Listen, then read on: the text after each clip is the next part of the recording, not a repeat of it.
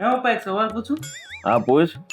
લગ્ન કર્યા પછી તમને મારી મમ્મી પાસેથી શું જાણવા મળ્યું? ये बड़ी अच्छी बात कही है. વાહ, હું સવાલ છે. જો લગ્ન પહેલા હું એવું સમજતો હતો કે દુનિયામાં બેસ્ટમાં બેસ્ટ મારા મમ્મી જ છે. પણ લગ્ન થયા ને પછી મને ખબર પડી કે મારા મમ્મી નહીં, બેસ્ટ તો મારા સાસુમાં જ છે. પછી છે ને, જો લગ્ન પહેલા મારા મમ્મી એવું સ્વાદિષ્ટ ખાવાનું બનાવતા હતા ને, પણ જેવા મારા લગ્ન થયા ને પછી મને ખબર પડે કે મારા મમ્મી જે બનાવતા એમાં તો કોઈ સ્વાદ જ નહોતો. સ્વાદ તો જે તારા મમ્મી બનાવે છે ને એમાં જ હોય. झूठ बोलो, बार बार झूठ बोलो. ખારો સ્વાદ, મીઠો સ્વાદ, તીખો સ્વાદ.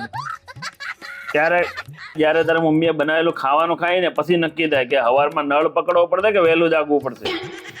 આ ક્યારેક ક્યારેક તો એવી રીતે કરી નાખે ને કે સીધું વહેલો ઉઠવાનું, નળ જ પકડી લેવાનો. બોલ. આની વાતો કરવાની હોય.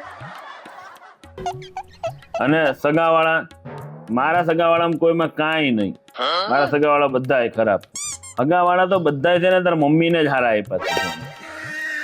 બધા સગાવાળા હારા. મારા દોસ્તાર છે ને બધા રખડું ને લુખેસ, અને એની બધી બેનપણીઓ એટલી હારી અને એટલી સંસ્કારી ને કે એને આખા ગામની ખબર હોય. હારી જ છે, તમારા દોસ્તારની જેમ રખડેલ નથી. ફોન અડધી રાતે કરે, હાલે આપણે ગોવા જવું છે, એમ નથી કરતી.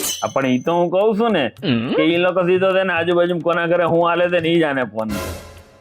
बात तो सही है. બીજો કોઈ પણ નથી. અને અમને પુરુષોને એક વસ્તુની તો લગ્ન પછી જ ખબર પડી. બોલ. કઈ વસ્તુની? કે અમને પુરુષોને નાતા જ નથી આવડતું. તો નથી જ આવડતું. 2 મિનિટમાં કોણ નાઈ નીકળી જાય. અને તમારું ગળું જો તો કેવું કાળું કાળું છે, નકરો મેલનો થડ જઈનો છે. તે ન્યા નાવા જવાનું હોય, કઈ હાથી ઘોડા નો ચિતરવાના હોય ને, શરીરે હાબુ લગાડવાનું હોય, માથામાં શેમ્પુ નાખવાનું, પાણી રેડી નાઈ લેવાનું, નીકળી જવાનું.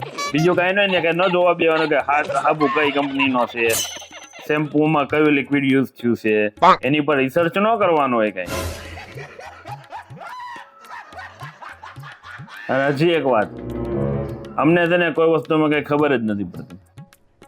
अरे कहना क्या चाहते हो? અમે કાંઈક પૂછીએ તારા મમ્મીને કે આ વસ્તુ આમ હતી કે તેમ હતી કે ઓલા પણ આવું હતું, તો અમને શું કે ખબર, તમને કઈ ખબર જ નથી પડતી. તો નથી જ પડતી. ક્યાં હું વ્યવહાર કરવો ખબર પડે છે, તમને કાંઈ ખબર ન હોય. સાનું એ તો માનું મમ્મીને જ ખબર પડે. અને સૌથી ખાસ વાત, કોઈને કહેતો નહીં, ખાલી સાંભળજે તું. સૌથી ખાસ વાત છે ને કે મને કાંઈ વસ્તુ પસંદ કરતા જ નથી આવડતી. તો નથી જ અમે આવડતું. ગમે ત્યાં ફરવા ગયા હોય, ગમે એ ખરીદી કરવા ગયા હોય, તો હું તારા મમ્મીને પૂછે ને, જોતો જાનું આ ટી શર્ટ કેવું લાગે છે, એટલે મને કે ખબર, તમને કલરમાં કઈ ખબર જ નથી પડતી, તમને વસ્તુ પસંદ કરતા જ નથી આવડતી. જયારે હું લગ્ન કરવા ગયો છું ને એને, તો એને મેં જ પસંદ કરી છે, પણ એ માનવા તૈયાર જ નથી કે એ જ ખરાબ છે.